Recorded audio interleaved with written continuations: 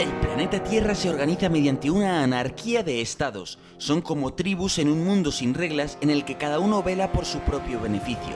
Las leyes y los tribunales internacionales aportan reglas, sí, pero quien quiere no las obedece, ya que no existe una policía o un ejército internacionales que hagan cumplir las resoluciones internacionales, precisamente. Por todo lo anterior, cada estado controla su ejército y su territorio, y mientras tanto, la estructura anárquica de nuestro mundo les fuerza a luchar por alcanzar la máxima cuota de poder y así asegurar sus intereses. Esto que os acabo de explicar es la teoría neorrealista de relaciones internacionales, una de las más importantes y aceptadas en todo el mundo y una con la que yo me siento bastante cómodo. Entonces, partiendo de esto, hay una estructura que fuerza en buena medida la competición y el conflicto entre los estados. Vamos a conocer el papel de la diplomacia, de la política exterior, la diferencia entre el embajador y el cónsul, cómo hace las cosas España, cómo España intenta influir en el buen sentido, digamos, en Iberoamérica, por ejemplo. Así que nada, señores, poneros cómodos y comencemos.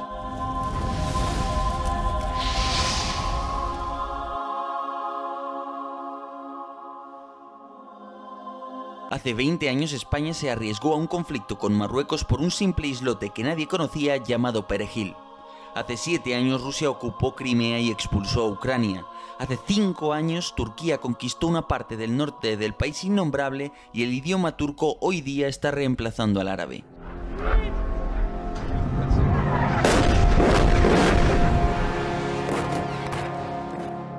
Hace 8 meses Azerbaiyán atacó el Nagorno-Karabaj dominado por Armenia y lo ocupó para sí misma. Estos son los ejemplos más descarnados de la competición constante y de la búsqueda de la máxima cuota de poder que persiste aún hoy.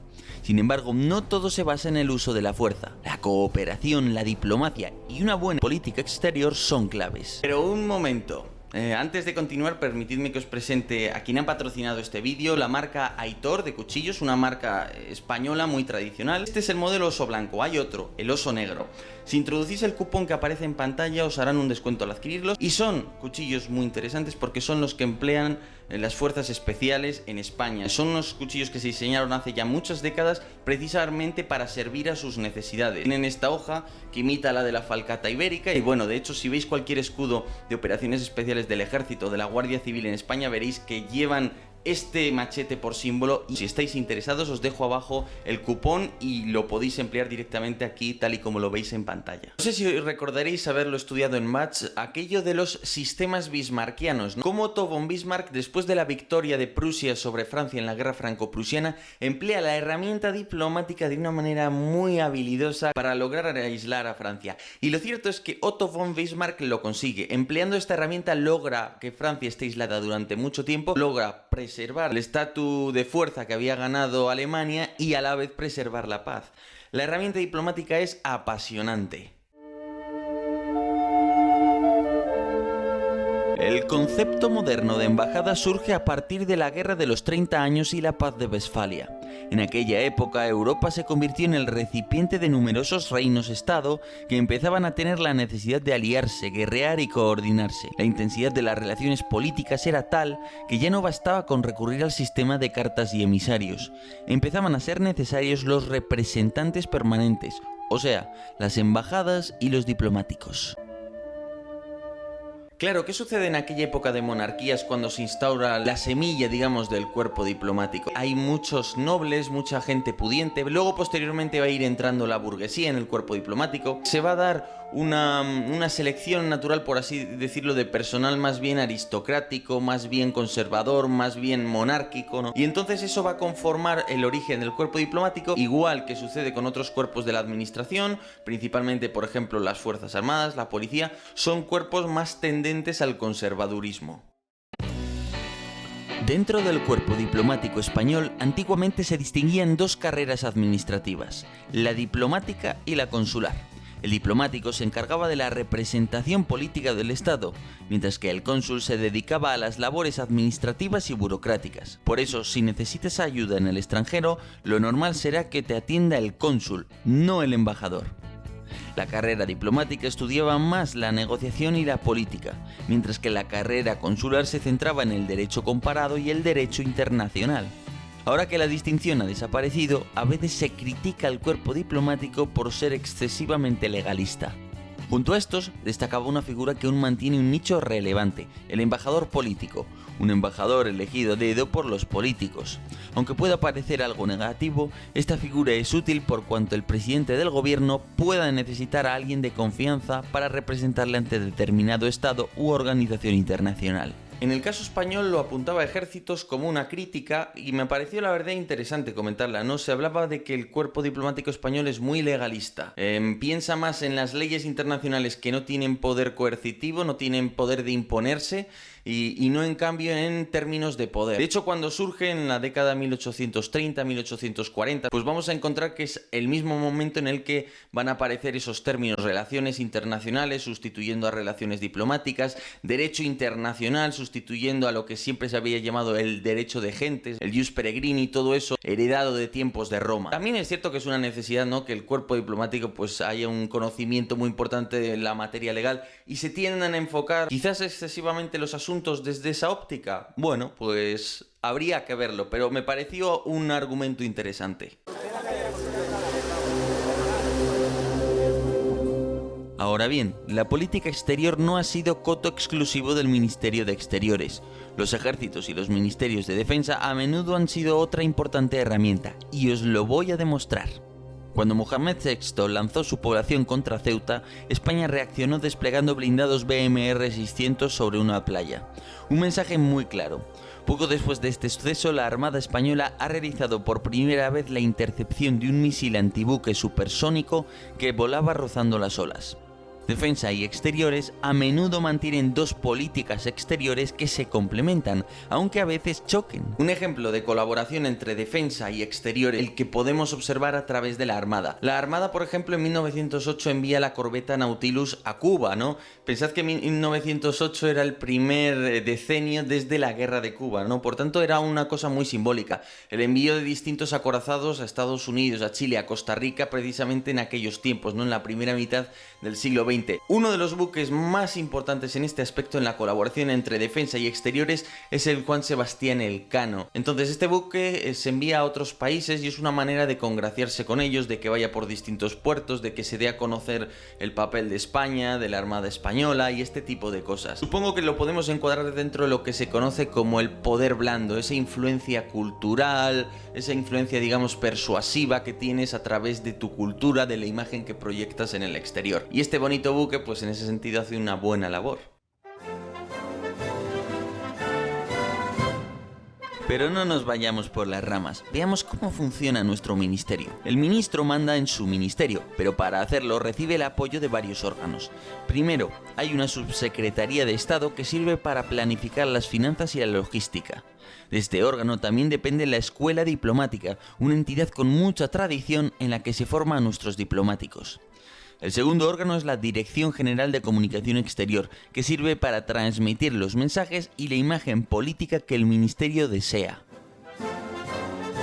Y un tercer órgano sería el gabinete, que sería el más reciente. El gabinete, que busca básicamente, bueno, pues poder asesorar a la ministra en todas las cuestiones burocráticas y administrativas. Entonces se trata de que, oye, yo qué cauces debo seguir para esto. Sobre todo he pensado a nivel internacional también la cantidad de instituciones y organismos que hay. Pues necesitas un cuerpo jurídico que te asesore muy bien. Y ahí es donde, digamos, entra el gabinete. A partir de ahí, el ministro manda sobre una serie de secretarías de Estado y cada una de estas se subdivide en direcciones generales. Los intereses geopolíticos de España han guiado toda la estructura de las secretarías de Estado, que en realidad reflejan dónde tiene puesta su atención nuestro país. Así es. La geopolítica y la historia dictan que España ha tenido dos ejes en su política exterior. Un eje mira a Europa por cercanía geográfica y otro mira a Iberoamérica por cercanía histórica. Simultáneamente son muy relevantes el eje atlántico, que pone el énfasis en las relaciones con Estados Unidos y los países anglosajones, y el eje norafricano, que incluye Marruecos y el Mediterráneo occidental. Una de las ideas que mejor refleja lo que ha sido la política exterior española en los últimos 100 años, creo que se encuentra en la fase del conocido como recogimiento de Cánovas del Castillo. En la época de Cánovas, España había sufrido ya la pérdida prácticamente total del imperio. España deja de mirar ya al exterior y se vuelve muy introspectiva. perspectiva, una potencia débil en Europa, una potencia que no se ve capaz de competir ni quiere hacerlo. Y creo que esta es una idea que en una medida llega hasta nuestros tiempos, una política que siempre es bastante timorata, siempre intenta hacer las cosas pues bueno, sin molestar a nadie, sin buscar el poder, sin tener presidentes que busquen una proyección en el exterior, en fin. Pero ahora hablemos de Marruecos.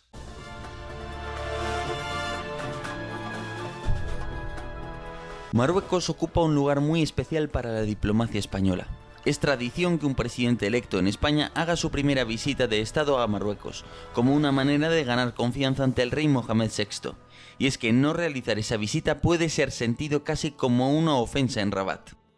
En los asuntos marroquíes es muy importante elegir a un embajador de peso y que conozca las peculiaridades culturales del país. Lógicamente Marruecos no es cualquier vecino. Con Marruecos tenemos muchas relaciones de seguridad, de migración, de economía incluso. Pero en cualquier caso España mantiene unas relaciones muy intensas y eso supone que al final se colabora, aunque a veces se dispute, principalmente pues en los acuerdos pesqueros, en los acuerdos que busca alcanzar Marruecos con la Unión Europea, en la lucha antiterrorista, todo eso. ¿Y cómo se ha enfocado la política exterior hacia Marruecos desde hace décadas? Bueno, pues a través de la corriente, otra corriente, antes os hablaba, al principio del vídeo se hablaba del neorrealismo. Pues este es el liberalismo, ¿no? Digamos, dentro de las relaciones internacionales. Una de sus ideas centrales es que el comercio evita las guerras. En la medida en que yo genero una interdependencia entre la economía de dos países, el número de guerras disminuye. Pues esa es un poco la idea, ¿no? Pero ahora sigamos hablando de los ejes geopolíticos prácticamente de la política exterior española. José María, hablamos por teléfono. Casi inmediatamente después del 11 de septiembre, él me aseguró que tendríamos toda la cooperación posible en nuestro deseo compartido de luchar contra el terrorismo. Aunque Europa e Iberoamérica han sido la prioridad de nuestra política exterior, en ocasiones estos ejes han sido superados por otros. Por ejemplo, durante la etapa del presidente Aznar, Madrid mantuvo una política de acercamiento al eje atlántico, siendo el momento en el que mejores relaciones hemos tenido con Estados Unidos. Fue ese el motivo de que Washington nos apoyara durante la crisis con Marruecos del 2000, y es el mismo motivo por el que España participó en la ocupación de Irak. Igualmente, durante la etapa Zapatero, cuando este quiso congraciarse con Barack Obama, elevó la importancia de las relaciones atlánticas por encima de Iberoamérica y solo por debajo de Europa. En España, quizás incluso desde tiempos de la guerra de Cuba, ha habido cierto antiamericanismo. El atlantismo pues ha tenido sus más y sus menos. Pensad, por ejemplo, en Zapatero. En una primera etapa se tiene que relacionar con George Bush. Las relaciones son bastante malas. Luego llega Obama y aquí sí Zapatero busca congraciarse con Obama, eleva la importancia de Estados Unidos dentro de nuestra política exterior y, por ejemplo, ¿qué hace Zapatero? Enviamos tropas al Líbano. La intervención española en Líbano, incremento exponencial de tropas allí, se debe a que España en aquel momento con Zapatero está buscando congraciarse con Barack Obama. Ahí es donde entra en juego la herramienta militar. Digamos que la política exterior atlantista, vamos a decirlo así, tiende a estar en cierta medida en manos del Ministerio de Defensa. Es decir, ahora mismo diplomáticamente puede presionar más posiblemente el Ministerio de Defensa que el Ministerio de Exteriores en Washington. En cuanto a los países árabes, siempre hemos tenido una política algo peculiar.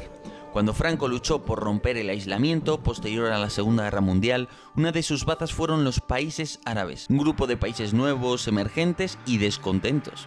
España aún mantenía sus posesiones marroquíes, así que fomentó el discurso de la hermandad hispano-árabe para intentar justificar la presencia colonial y conseguir unas buenas relaciones con los países de la Liga Árabe.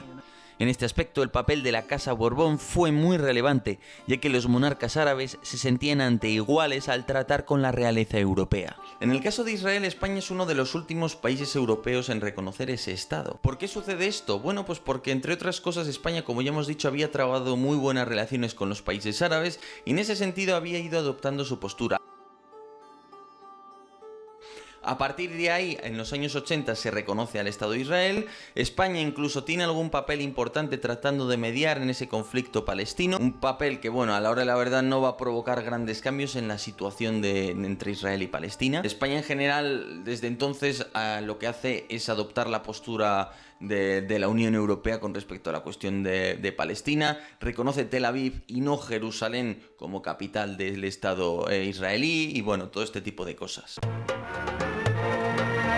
En este edificio está centralizada la labor del Gobierno General del territorio. En realidad, Defensa siempre ha mantenido su propia política exterior, por así decirlo. La política colonial a menudo estuvo en manos de los militares africanistas, y durante la época de Franco estos últimos y el dictador puenteaban al ministerio, hasta el punto de que la dirección de la política colonial pendía de El Pardo, la residencia de Franco, y no del Palacio de Santa Cruz. Que por cierto, el Palacio de Santa Cruz es el típico edificio que representa al Ministerio de Exteriores y a la diplomacia española, así que eso, acordaros de ello.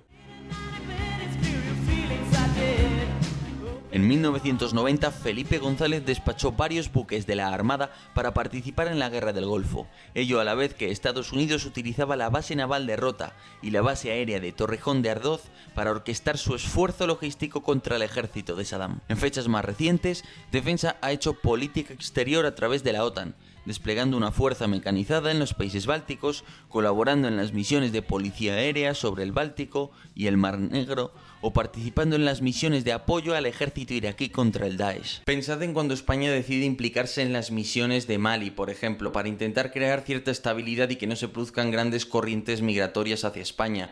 Pensad en cuando España, digamos que apoya las operaciones de exclusión aérea contra Gaddafi sobre Libia. Pensad en cuando España hace 1 o 2 años retiró una fragata de la escolta de los portaaviones estadounidenses cuando estaban en el Golfo de Hormuz, cerca de Irán. Bueno, todas estas decisiones son políticas en realidad. El papel del ejército, de las Fuerzas Armadas, de tener unas fuerzas preparadas, en este caso es fundamental. Al pie mismo de la escalerilla del avión. Don Juan Carlos saludó muy cordialmente al rey Khaled y le besó en la mejilla, de acuerdo con la tradición árabe. Y ahora hablemos un poco del rey. El rey Juan Carlos I gozaba de un importante prestigio mundial gracias a una abultada agenda de contactos y amigos. Esa misma agenda ha servido especialmente bien en las relaciones con los países árabes. Por ejemplo, en el concurso por la contrata del AVE de Medina a la Meca, la fuerte presión de Francia y de su presidente, Nicolas Sarkozy, habían provocado que los sauditas se decantaran por el proyecto galo en el último momento. Sin embargo, la intervención providencial del monarca, con buenas amistades en el reino árabe, logró darle la vuelta a la situación.